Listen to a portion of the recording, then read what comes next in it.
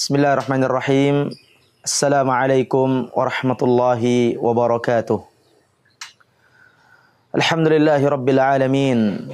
Wassalatu wassalamu ala nabiyyina Muhammadin wa ala alihi wa sahbihi wa man tabi'ahum bi ihsanin ila yaumiddin, amma ba'du. Kaum muslimin wal muslimat rahimani wa rahimakumullah. Salah satu di antara ibadah yang agung di dalam syariat kita adalah menyambung hubungan silaturrahim. Maka betapa banyak momen-momen yang ada dalam Islam yang mana di dalam momen tersebut ada kesempatan untuk bersilaturrahim. Seperti halnya saat kaum muslimin merayakan hari raya. Begitu pula tatkala dalam keluarga mengadakan kegiatan-kegiatan keluarga seperti walimah dan juga agenda yang lainnya. Maka kesempatan untuk bersilaturahim sangat terbuka lebar. Bahkan dikatakan bahwa silaturahim ini tidak terbatas pada momen-momen tertentu saja. Seorang dianjurkan untuk bersilaturahim kapan saja. Dan ini merupakan salah satu amalan yang sangat agung di sisi Allah Subhanahu wa taala dan berpotensi bisa membuahkan pahala yang besar. Bukankah banyak hadis-hadis Rasulullah sallallahu alaihi wasallam yang menyebutkan tentang agungnya silaturahim? Nabi sallallahu alaihi wasallam bersabda, kata Rasulullah sallallahu alaihi wasallam, "Man arada an yubsata lahu fi rizqihi wa yunsa'a lahu fi atharihi falyasil rahimah." Barang siapa yang ingin diluaskan rizkinya, dipanjangkan umurnya, maka hendaknya ia menyambung silaturahim. Nabi SAW juga pernah didatangi oleh seorang Arab Badui, lalu ia menanyakan tentang ibadah yang paling utama. Nabi menyebutkan beberapa ibadah. Di antaranya Nabi menyebutkan ta'budullah wa la tusyriku bihi syai'a. Engkau menyembah Allah, jangan engkau menyekutukan Allah Subhanahu wa taala dengan sesuatu apapun. Wa tuqimus shalah, engkau mendirikan salat. Wa tu'tiyaz zakah, engkau mengeluarkan zakat. Lalu Nabi mengatakan wa tasilur rahim, dan engkau menyambung silaturrahim. Namun karena ini ibadah yang sangat agung, maka ia pun berkonsekuensi. Orang yang meninggalkan dan memutus hubungan silaturahim dengan sengaja, maka ia telah terjatuh kepada dosa besar.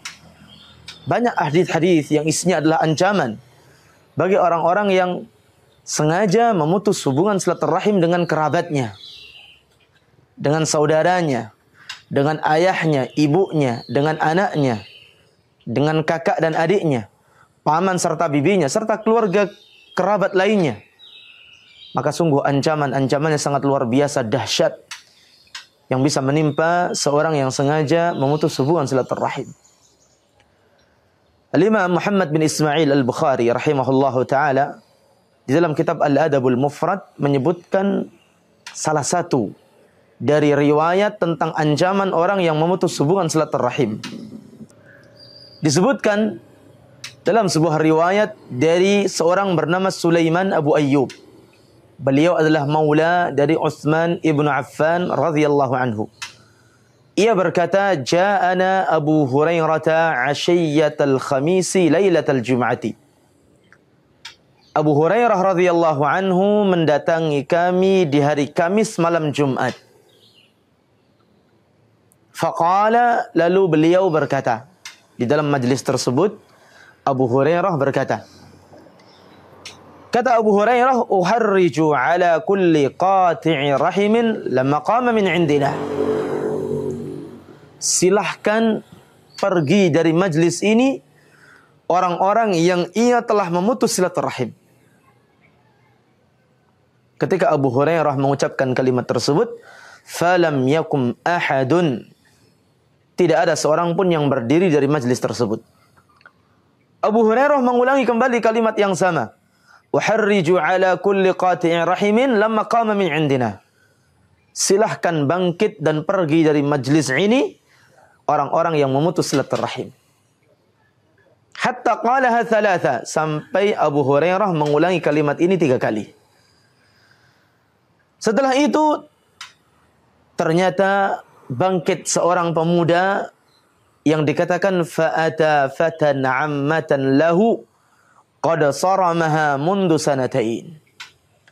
Ada seorang pemuda yang ia sudah memutuskan hubungan silaturahim dengan salah satu bibinya selama 2 tahun lamanya. Jadi sudah 2 tahun putus hubungan antara seorang laki-laki ini dengan bibi kandungnya. Ia yang telah memutus hubungan tersebut selama 2 tahun lamanya. Maka ia pun segera mendatangi rumah bibinya. Fadakhala 'alaiha. Ia pun masuk ke dalam rumahnya. Faqalat lahu. Maka bibinya yang melihat keponakan yang selama ini sudah memutus hubungan silaturahimnya 2 tahun lamanya, datang ke rumahnya dengan sedikit terkejut, bibinya berkata, "Ya bana akhi, ma jaa bik?" Wahai anak saudaraku, tumben engkau datang ke sini. Ada apa? Karena selama ini sudah 2 tahun putus hubungan silaturahimnya. Tumben hari ini kamu datang ke rumah. Ada apa? Qala, laki-laki tersebut berkata, "Sami'tu Abu Hurairah yaqul kadza wa kadza." Tadi di majlis Abu Hurairah, saya mendengarkan Abu Hurairah mengucapkan kalimat seperti ini dan seperti ini. Yakni kalimat yang tadi kita sebutkan. Silahkan pergi orang yang hari ini masih memutus hubungan silaturahim dengan kerabatnya. Kalimat ini yang membuat laki-laki tersebut datang ke rumah bibinya. Disampaikanlah hal ini kepada bibinya tersebut. Qalat, bibinya berkata kepada keponakan tersebut, "Irji' ilaihi fasalhu lima qala dzak." Sekarang engkau balik lagi ke Abu Hurairah, tanya, kenapa Abu Hurairah mengucapkan kalimat itu? Maka segera laki-laki ini kembali datang kepada Abu Hurairah radhiyallahu taala anhu menanyakan, kenapa kemudian beliau mengucapkan kalimat itu? Faqala Abu Hurairah kemudian berkata dan menjawab, "Inni sami'tu an-nabiyya sallallahu alaihi wasallam yaqul." Sesungguhnya yang menyebabkan aku mengucapkan kalimat tadi karena aku telah mendengar Nabi Muhammad sallallahu alaihi wasallam beliau bersabda. Apa sabda Rasulullah? "Inna a'mala bani Adama tu'radu 'ala Allah tabaraka wa ta'ala 'ashiyyata kulli khamisin lailatal jum'ati." Sesungguhnya amalan-amalan anak Adam akan diperlihatkan dan dilaporkan kepada Allah Subhanahu wa taala setiap hari Kamis malam Jumat. Tepat saat Abu Hurairah mengucapkan kalimat tadi. Hari Kamis malam Jumat. Amalan-amalan kita akan diangkat, ditampakkan dan dilaporkan kepada Allah Subhanahu wa taala. Lalu Nabi mengatakan, "Fala yuqbalu 'amala qati'i rahimin." Ya, maka Allah fala yaqbalu 'amala qati'i rahimin. Maka Allah tidak akan menerima laporan amalan dari orang yang masih memutus hubungan silaturahim. Allah akan menangguhkan, belum menerima orang-orang yang ternyata dari amalannya masih terkandung dosa memutus hubungan silaturahim. Oleh karenanya, kaum muslimin, kaum muslimat, rahimani wa rahimakumullah, jika masih ada kesempatan, perbaiki hubungan kita dengan kerabat kita. Jalin silaturahim dengan mereka. Sebelum kesempatan itu tiada. Sebelum rasa penyesalan itu datang kepada kita, telah menyesal dahulu, menunda-nunda untuk kembali menyambung hubungan yang telah putus.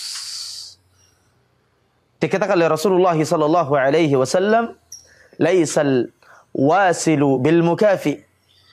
Orang yang dikatakan menyambung bukan menyambung sesuatu yang sudah tersambung, akan tetapi orang yang menyambung adalah orang yang menjalin hubungan kembali dengan saudara dan kerabatnya ketika hubungan tersebut sudah mulai retak dan putus.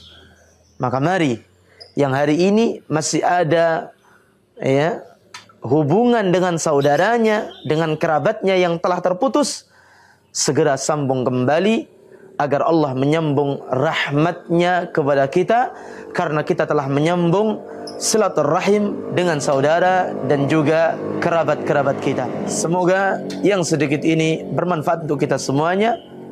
Wabillahi taufiq wal hidayah. Wassalamualaikum warahmatullahi wabarakatuh.